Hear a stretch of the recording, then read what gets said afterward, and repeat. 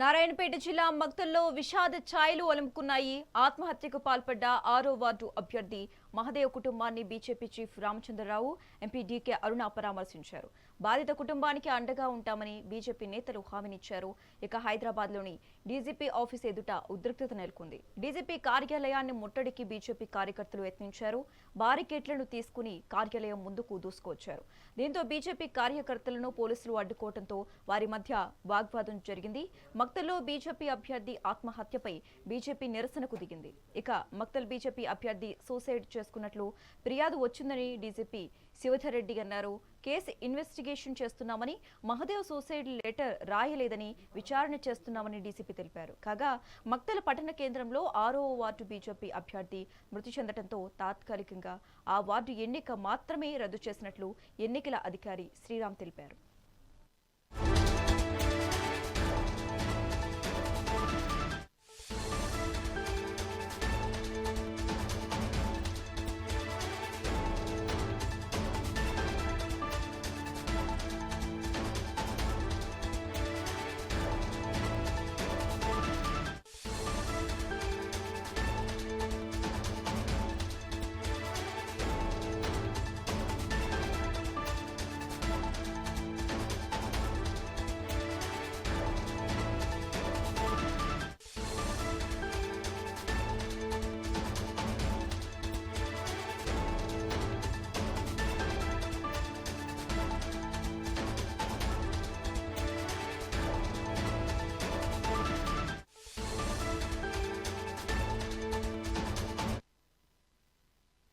నారాయణపేట జిల్లా మక్తల్లో విషాద ఛాయలు అలుముకున్నాయి. ఆత్మహత్యకు పాల్పడ్డ 6వ వార్డు అభ్యర్థి మహదేవ్ కుటుంబాన్ని BJP chief Ramachandra Rao, MP DK Aruna పరామర్శించారు.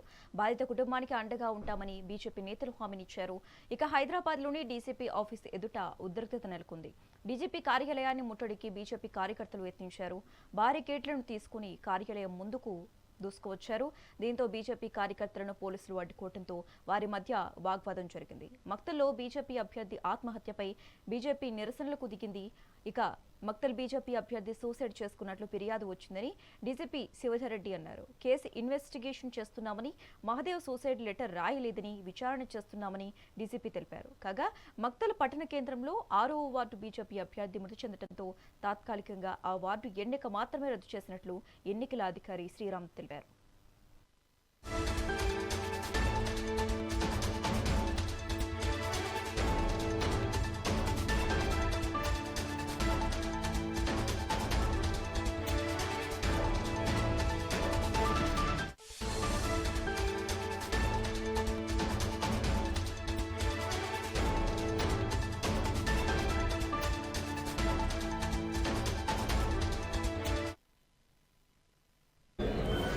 కాబట్టి నేను గెలుస్తాను కాబట్టి నన్ను బెదిరిస్తున్నాను కాబట్టి ఆ భయంతో స్థానిక రాజకీయ నాయకులు కానీ, మినిస్టర్ కానీ, ఎమ్మెల్యే కానీ వీళ్ళ ఒక ఒత్తిడి వలన అతను ఆత్మహత్య చేసుకున్నట్టు భార్య పొద్దున చెప్పింది.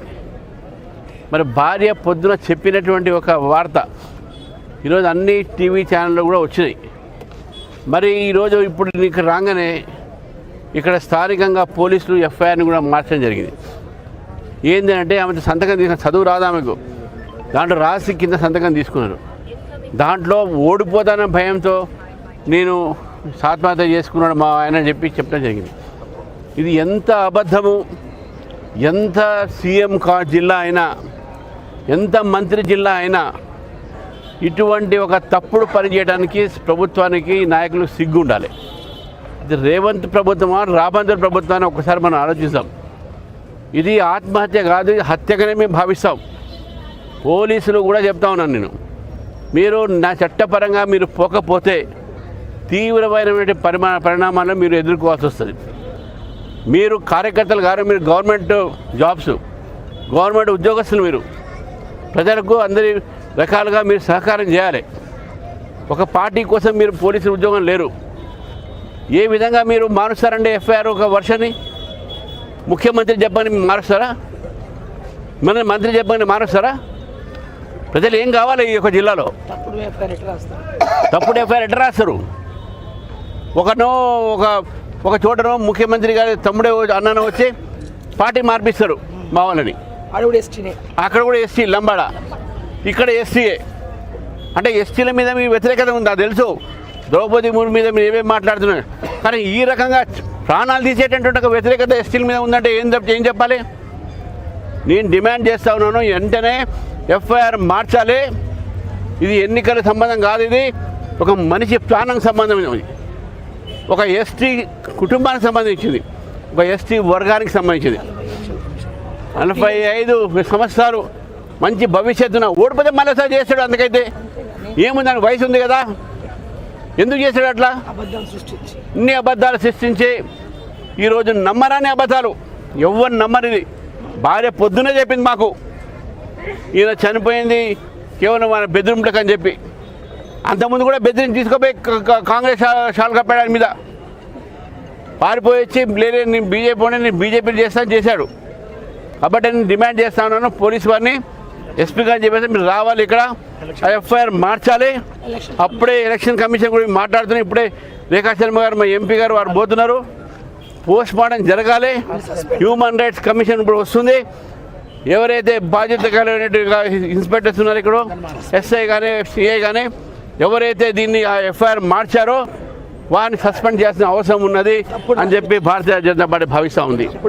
ఇది తప్పుడు సమాచారము, తప్పుడు ఎఫ్ఐఆర్. వాస్తవం ఆమె చెప్పినటువంటి మాట ఎఫ్ఐఆర్, ఆ మొదటి మాట ఎఫ్ఐఆర్ రికార్డెడ్, అది మీడియాలో రికార్డెడ్. కావాలని అందరికి మీరు చూపెడతాను మీడియాకు. ఈ రకంగా చేస్తున్నారు. అయితే మా కార్యకర్త, మా ఒక క్యాండిడేట్ వారి కుటుంబంలో పట్ల మాకు సంతాపం చెప్తున్నాను. భారతీయ జనతా పార్టీ నుంచి నేను వారి కుటుంబానికి 10 లక్షలు నేను వారికి సహకారంగా ముందు నేను అనౌన్స్ చేస్తూ ఉన్నాను. అయితే సహకారాన్ని, ఎందుకంటే బీద కుటుంబము పార్టీ నుంచి ఇస్తున్న మా పార్టీ కార్యకర్త కాబట్టి పార్టీకు, కార్యకర్తలకు, నేతలకు భారతీయ జనతా పార్టీ అండగా ఉంటుంది. ఎవ్వరు కూడా ఆత్మవిశ్వాసం కోల్పోయేది లేదు. ఎలక్షన్స్ అనేది ప్రజల ఒక ఆశీర్వాదం మీద ఉంటుంది.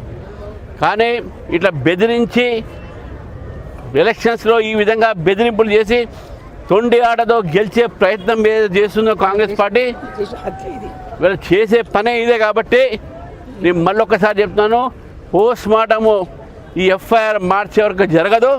కావాలంటే మమ్మల్ని అరెస్ట్ చేసుకొని చూస్తాము, మేము ఇక్కడే ఉంటాము, ఏం చేస్తారు చేసుకోండి చెప్తున్నాం.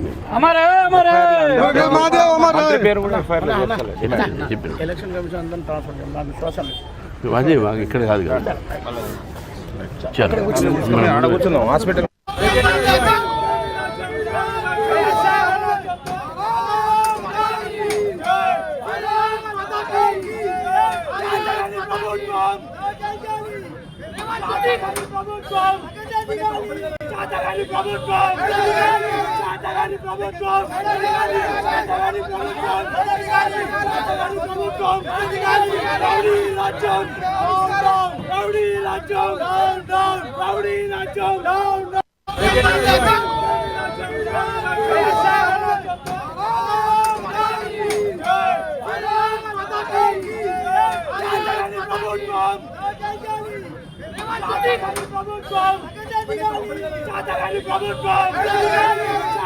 ప్రభుత్వం